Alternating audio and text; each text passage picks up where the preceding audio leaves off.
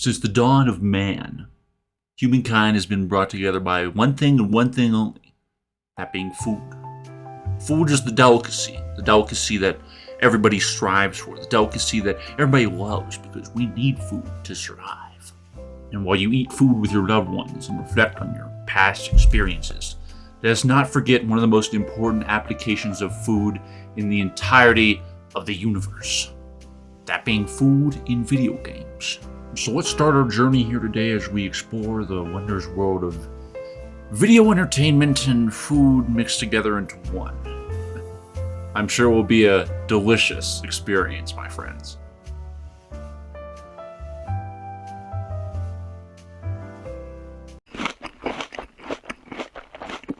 Now, it's important before we get into the various foodstuffs to recognize and pick and choose what we cover. I've picked 3 food items from either a game or a series of games which are all different in nature. First is the man-made category. Pretty self-explanatory, includes anything made with the efforts of human beings. Examples include chips, soup, and pasta. Next in line is the natural category, including anything that is a raw form or modeled together version of ingredients found in nature. Examples for something like this would include animal meat, potato, meat, or vegetables. However, I'm also going to include something such as fried chicken here. And while the fried part is questionable, these pieces are, just modified, like you said before. So even though fried is technically man-made, it is, at its raw and pure form, just chicken meat. And finally, we have the miscellaneous. Now, this is a very open-ended category for things that wouldn't fit in the rest. Some of them can be otherworldly, a drink, or just otherwise another item from the others added onto the list. Get dirty with this robot! This robot owes you money! This robot owes you money! Now, Valve has a lot of titles, but I thought it'd be fun to look at some of the food in their more, quote-unquote, realistic games. Starting off with Portal. Now, Portal is a game which I'm not the biggest fan of, at least compared to everything else. Yet anyways, near the end of the game, you get this illustrious promise of cake. Congratulations. The test is now over. All Aperture technologies remain safely operational up to 4,000 degrees Kelvin. Anyways, eventually after the long journey to kill the said GLaDOS, we finally get to actually see the cake. And, it's not that good. It looks to be some sort of Black Forest cake topped with like little spouts of whipped cream and some cherries on top of the spouts of whipped cream. Personally, I think it looks like absolute dookie. And from what I've had of Black Forest cake, it's kind of like eating flavored mulch. Kind of poopy. Gonna give it a C tier. Alright, now we're going to take a total U-turn and talk about Day of Defeat, a game I think is pretty slept on at point, but still holds up as a decently fun shooter, even today. Our focus, however, isn't going to be on Germans and bazookas and whatnot today, though. Today we're going to be talking about bread. Specifically, these little bread pieces found on some maps. Taking the whole thing into Gmod allows us to get a better look at them. Overall, looks like a varied selection at our fingertips. However, the whole thing is set in the 1940s, so, I just know those lobes are crusty as hell. Still, not necessarily a bad thing. I'm going to give the lobes a solid B tier. Finally, of course, we got a game that really needs no introduction. We move on to Half-Life 2. And while there really isn't any food shown besides, like, nasty-looking carton of milk you've probably seen, there is always the enemies. Over the course of the game, we can see in various parts and locations head crabs being used as a form of delicacy, usually by the Vortigaunts, such as in Black Mesa East. Now, what head crabs taste like is a different question altogether. However, I can imagine, and from my best guesstimate, a mix of maybe chicken and like some sort of fish. Although it is also noted that we don't ever really see humans eating it, so it's probably still pretty nasty. Probably not the best thing for your system, if I'd say. And also probably covered in blood from whenever it was killed. I'm gonna have to give this one a D tier, personally.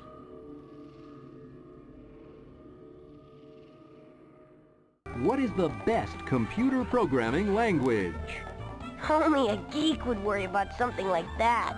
That's absolutely right! I haven't ever really talked about the Humongous games. Humongous being a company, by the way. But I used to love playing them as a kid. They're pretty much just child-friendly point-and-click adventure games. And if you want to know more about the company and the series, you could probably watch some like old peanut butter jelly gamer guy videos. But anyway, getting into it, the first game we're going to be going over here is Putt Putt Saves the Zoo, where this little car guy, this Putt Putt fellow, he saves the zoo. It's a pretty quick experience if you aren't like 5 years old, like the game makers intended. But I wanted to point out this delicious snack shown right here. That's right. Today we're going to be looking at the cheese squigglies. Now, from the outside looking in at them, they look kind of like some sort of cheese puffs, maybe some other alteration of it, something you'd find probably in the store somewhere, whatever. And may I say, they look just damn yummy as well. It might be the bits, it might be those little pixels you can see, but, they're cool. And also, apparently, these things were in Monkey Island, which I think is a pretty cool, thing to include. Anyway, gonna give the cheese squigglies solid B tier. Next, we move on to one of the most greatest video games of all time, one which rivals that of the AAA cinematic experiences of today. Yep, that's right. Today we're gonna be looking at Pajama Sam: No Need to Hide When It's Dark Outside. Now, besides Pajama Sam clearly being able to solo every character in fiction, we can see here that he must battle darkness in the otherworldly realm that is his closet. Along the way, we find this weird carrot wearing Sam's mask, which he needs to use to fight the ultimate evil. Now, this guy is conscious and even sings a little song and dance at one point. But for a food item, at the end of the day, he's just a big old carrot. Nothing much to him, I'd say personally, I think he's going to go into the C tier. And to finish our children's game extravaganza, we delve into Spy Fox, a cool and collected fox man who plays with gizmos and saves people from an evil guy trying to destroy cereal. Truly devious. And our item we'll look at is this one gadget we get from some sort of vending machine, a thing of gum. Now, apparently it's no ordinary gum, it's spy gum, and as such we can't even eat it. We can only use it as an X-ray scanner to look inside of people's bodies. While the implications of this being a piece of radioactive gadgetry are dubious at best, it's also important to note that the nerd goose or whatever that made it says it's edible. I would still take apprehension with this godforsaken gum, considering we aren't gooses. But he also says it's, quote, beef flavored. So it goes right into the D tier, because I'll be honest, beef flavored gum sounds like it would be absolutely right. That sounds nasty.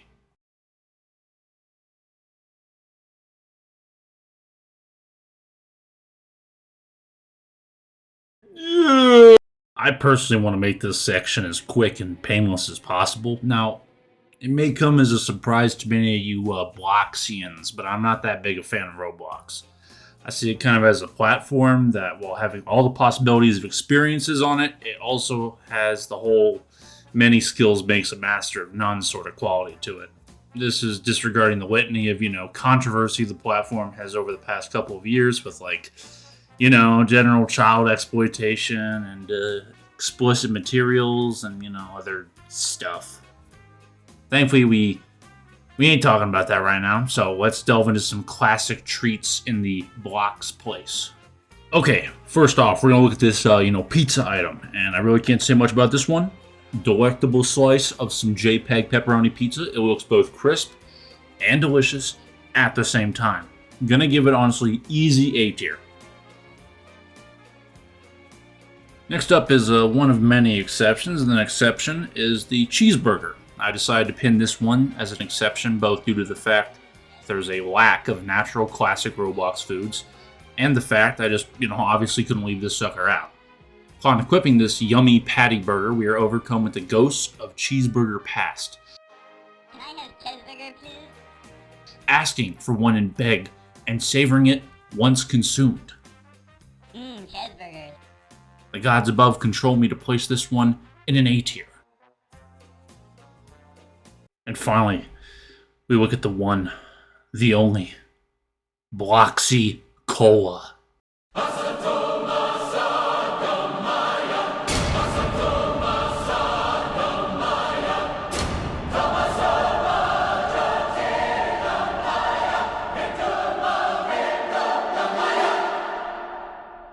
Yeah, Bloxy Cola. Yeah. Awesome cola. Yeah. I'm gonna put it in a B tier solely because the can looks a little crusty, but not bad.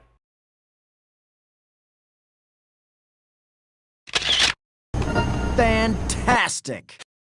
Dead Rising is a little strange with its foods, in my opinion, considering they give you varying values. You can commonly find certain foods and drinks in sort of a meta sense. You can often find your average photojournalist, motocross stuntman, or mechanic chugging down any semblance of coffee creamer or orange juice or wine or steaks or just, chippy dippies on the reg, while cutting through zombies like butter.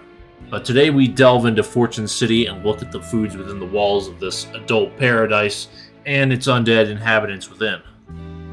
We're going to go pretty basic for the first item on our list, and we'll get, another delectable cheeseburger. Pretty standard stuff all around, You got bun, cheese, and meat. Those pixels do look quite delectable. Overall, just going to give it a decent B tier. Nothing too special, but something anyone could enjoy within Fortune City. Okay, next up, we got a classic, some lobster. And holy shit, does this brother look crusty and crunchy, and I wouldn't even like him because I don't like seafood, but man, with that searing on his case and those polygons under his belt, I know Chuckles Green is just frothing at the mouth over this thing. Also gonna give it a B tier. And finally, on our tour of zombie foods, we got the series classic of blender drinks. Now, I'm gonna have to do a little bit of explaining first to tell you what a blender drink technically is. Gameplay-wise, these are drinks you make in blenders that do certain things like make you move faster or make zombies come to you. They come from a variety of pre-existing food items, so I'm not gonna try and ascertain the taste or consistency of the drink. However, I'm guessing it's something similar to coffee creamer. So based on that and the very sleek looking cup these liquids reside in, I'm going to give it a C tier. I perceive a distinct lack of snacks. Now, besides Abiotic Factor being one of my favorite recent releases, filled with loads of fun combat weapons, creative liberty, and interesting lore that reels you in, it is also very abundant with food in all kinds of categories. And I hope you're ready for more random, out-of-pocket rule exceptions I make because I want to. This time on the chopping block, we have every single food in the vending machines. Now, just about everywhere in the Gate Cascade facility, you can find these vending machines containing either drinks or packaged food. So, we're going to look at pretty much all of them. Salts are flavored corn chips, seemingly very similar to something such as like Lay's or Ruffles. Farm Puffs are flavored cheese puffs, similar to Cheeto Puffs, or like those Utz balls you kind of see in Walmart. Daz Nuts is just one packaged donut inside, consisting of sprinkles and frosting. Jowers are basically just gumdrops. That's all they are. And the Skip Cookie is a packaged sugar cookie. Think like low-quality food store cartons. Now, this is a lot to consider when taking the entire lineup into play. In addition, we have to factor in that these are low-quality, mass-produced, spongy piece of shit foods, and I'm going to rank them accordingly. Salts are a C, Farm Puffs are a B, Daz Nuts are a D, Jowers a C, and Skip is an A. We delve now into the weird and wonderful with the torn flesh of those we call enemies in this game. The Pestrump is one of many pieces of edible cartilage from our fallen foes. However, I see it easily as probably the worst. I mean, it's the ass of some nasty looking critter that just serves to annoy us. I can easily see it as a high in like protein and whatnot, but probably stringy, fishy, and overall just displeasurable to eat. Gonna slap it into D tier. And finally, the Graham. I rescind my prior statement. This is the worst thing out there.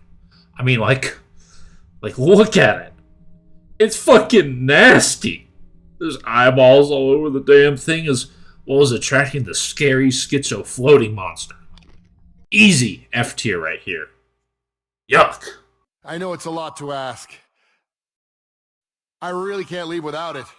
Fortnite's a game that needs little to no real introduction, so I won't even. Anyway, Fortnite has a lot of edible things, so let's take a peek. Right off the bat, we go with the big pot. Classic jar of, like, blue, sludgy liquid. Now, apparently it comes in many forms, but here we can see it packaged for mass production, so probably coming from Slurp Company. So basically just kind of corporate slop juice. I'm guessing it's got the consistency of, like, half-thawed popsicle liquid, dropping it into C tier. Right here we have the flopper item, a big old orange fish with huge eyeballs. The character consuming it literally eats the whole thing in like a second, so it's all definitely going down. Eyeballs kind of ruin an already rocky item, probably pretty yucky, rotating this one into D tier. And finally, we have the Med Mist, some misty, probably an antibiotic spray that is used against the face. As horrible as it probably would be, I keep seeing this and thinking of those like pocket mist breath fresheners. And you know what? Fuck it. Sometimes those tasted kind of yummy. So, gonna crank it into B tier just for that factor alone.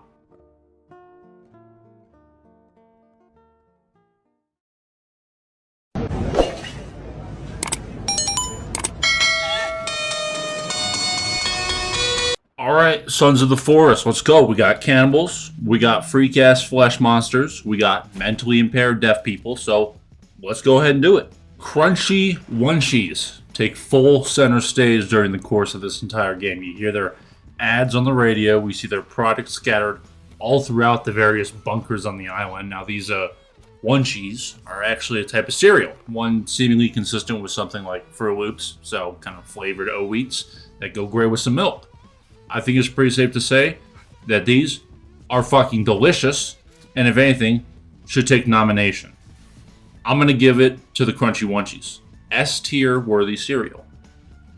Foregoing the cereal on the murderous millionaire island, we look at meat. Now, instead of there being separate meat depending on which animal it belongs to, we are just pushed with a singular one. Raw or uncooked. Kind of seems to be like a thigh, but it also is kind of fatty. Anyway, cooked, it looks pretty good. Uncooked, looks kind of wet. I'm just going to give it a C tier.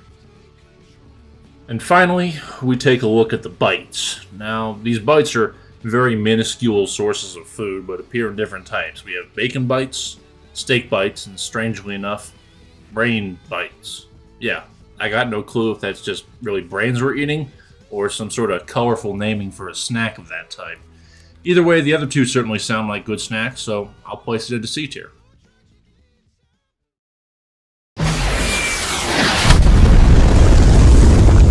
Fallout's world in the series is basically a shamble that gamers have to deal with every couple of years whenever Todd comes out of hibernation to break the games and everything for it. It also has some very distinct food items, though. Salisbury steak only really appears in the new era Fallout games, and it's just as it seems. Pre-war made steak that is packaged and left in that box for 200 plus years. I don't think you need much to understand that irradiated 200-year-old food of any kind is going to be kind of bad. However, Salisbury steak honestly is not that bad in my opinion. So it's going to be dropped into a B tier. I'd rather have that, you know. Next, we delve back in time to isometric RPGs and look at the Iguana Bits, sold in 1-2 by a very disreputable fellows. It's little pieces of mutant iguana pieces, skewered together and seemingly roasted over open flame. I'm not going to say it's bad, but it certainly is like nothing I'd ever be wanting to eat. So it's going into C tier. And finally, we'll end it off with the classic drink. Nuka-Cola, just the regular one here, not every single type to exist. Classic, you know, cola in a rocket bottle. So yeah, I think I'm going to put it into A tier.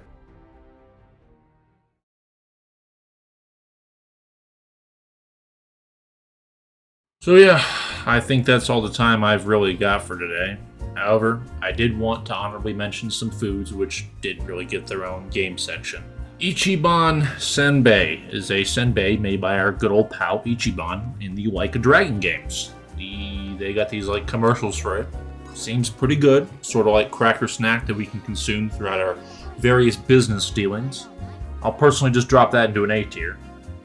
And in addition, I wanted to put a classic here, the sunflower from Plants vs. Zombies. And yeah, I mean, it's just a sunflower. You don't normally see people just munching down on these. And also, like, you know, the whole deal with it being conscious, sort of. Anyway, it goes into a D tier. And yeah, that's it. A litany of video entertainment foods which cover all sorts of categories. I think if there's one thing to take away from this video is that video game foods are kind of nasty.